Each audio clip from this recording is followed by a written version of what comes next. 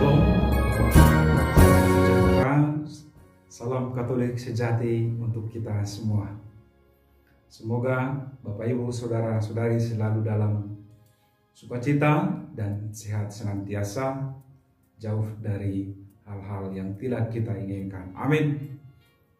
Amin. Bapak Ibu Saudara-saudari yang terkasih, pada kesempatan ini saya mengajak kita semua untuk merenungkan sabda Tuhan, merenungkan Injil dari Matius bab 11 ayat 20 sampai dengan 24. Perikop Injil ini berkisah tentang Yesus mengecam beberapa kota.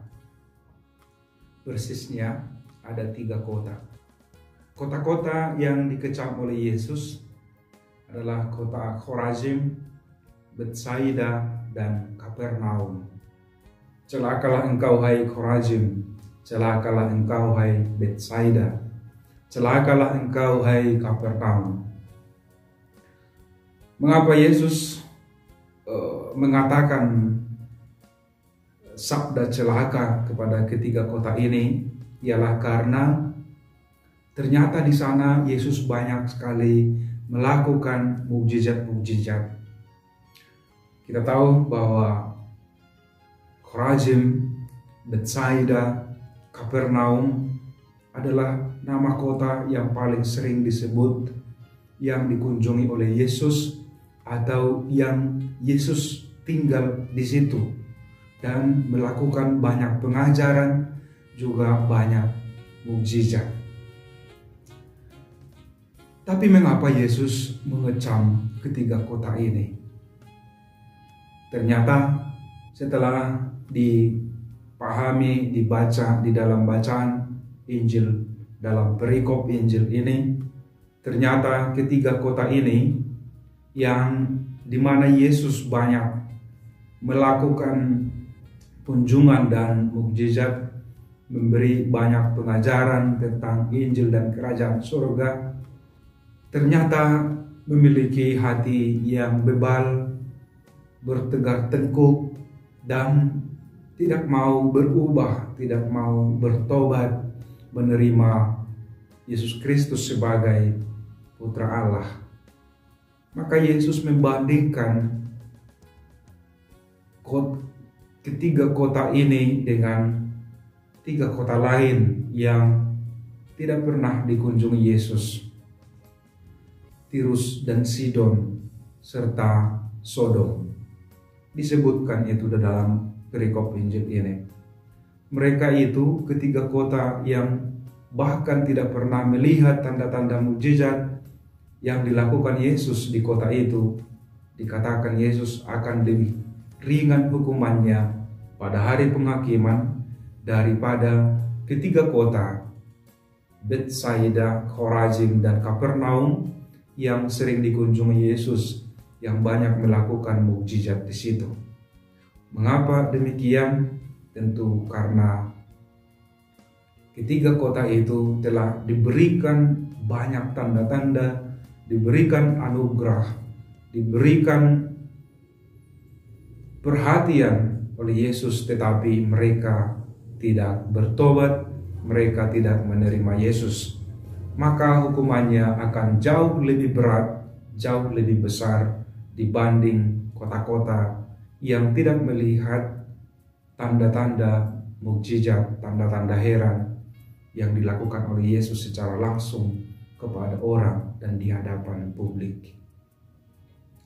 Dari sini, Bapak Ibu Saudara-saudari, kita hendak belajar dan bermenung bahwa sebagai murid Kristus sesungguhnya Yesus telah memberikan dan menunjukkan kepada kita ada banyak mukjizat, baik yang kita temukan dalam kitab suci lewat sabda atau Injil, dan sabda Tuhan lewat kisah para rasul, lewat kisah para kudus, lewat mungkin saja juga dalam kehidupan kita sehari-hari ada tanda-tanda mukjizat, tanda-tanda heran yang di luar kemampuan kita bisa terjadi.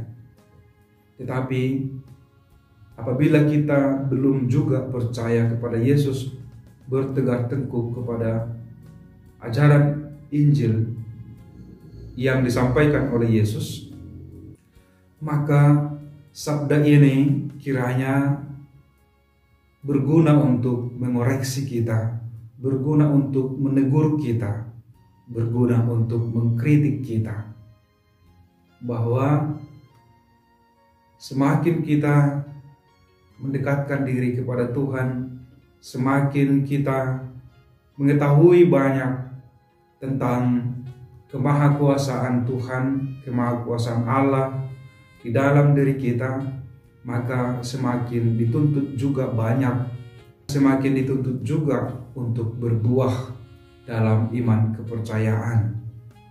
Kita telah dikaruniai oleh Roh Kudus kebijaksanaan, pengetahuan, dan berbagai macam buah-buah roh.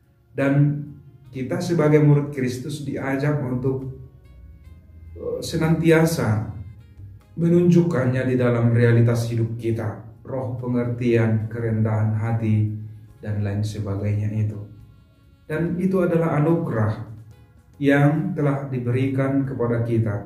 Untuk itu, kita dituntut tanggung jawab yang lebih besar untuk terbuka kepada penyelenggaraan ilahi, untuk terbuka kepada ajaran sabda Tuhan, dan terutama terbuka untuk bertobat dan memperbarui diri kita. Karena kita sudah mendengar, kita sudah melihat, kita sudah merasakan, mengalami Yesus itu sendiri. Karena kita telah tahu, kita telah mengalami Yesus di dalam diri kita, di dalam keluarga, dalam kehidupan keseharian kita setiap hari, maka mau tidak mau kita harus berpegang teguh kepadanya. Sebab kalau tidak, maka kecaman akan lebih besar kepada kita. Tuntutan untuk menjadi lebih baik dan tuntutan untuk komit terhadap pilihan hidup sebagai pengikut Kristus itu akan semakin besar dan semakin besar dari kita semua.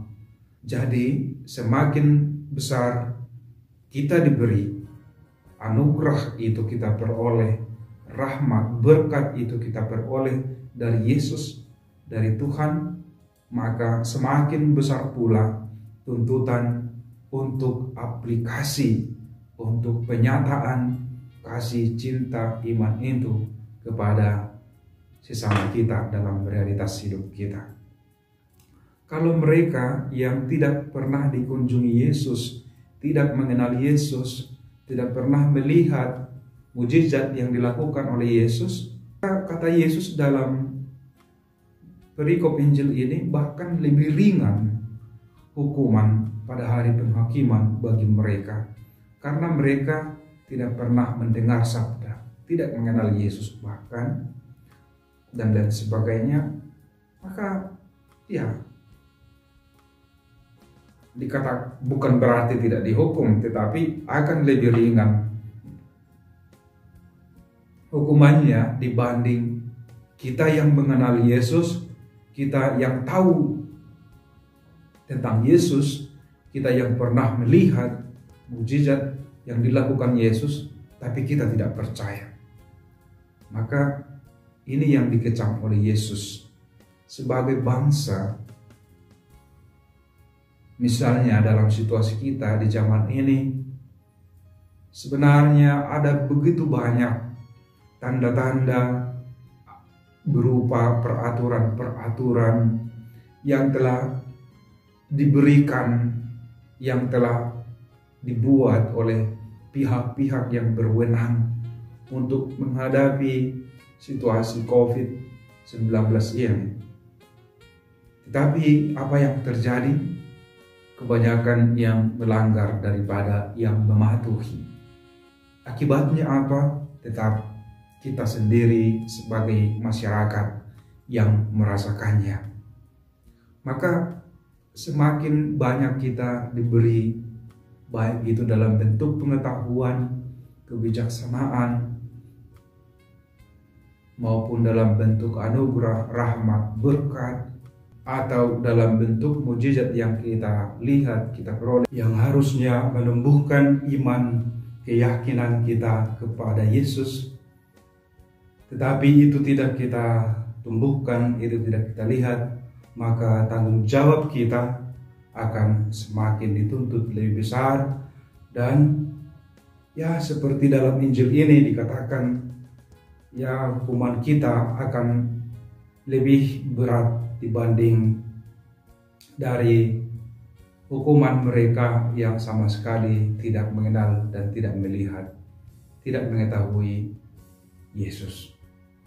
Maka Bapak Ibu Saudara-saudari yang terkasih, semakin banyak diberikan kepada kita anugerah, semakin banyak diberikan kepada kita mukjizat, tanda-tanda heran di dalam realitas hidup kita, semakin kita mengenal Yesus, maka semakin besar juga tuntutan aplikasi dalam kehidupan nyata untuk kita masing-masing sebagai buah dari iman kita kepada Yesus.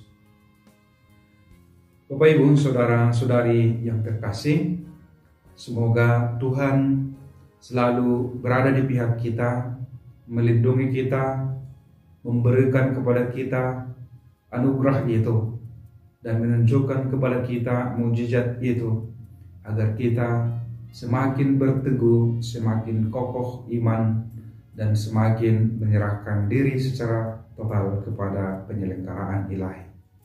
Tuhan memberkati kita, melindungi kita senantiasa, sekarang dan selama-lamanya. Amin.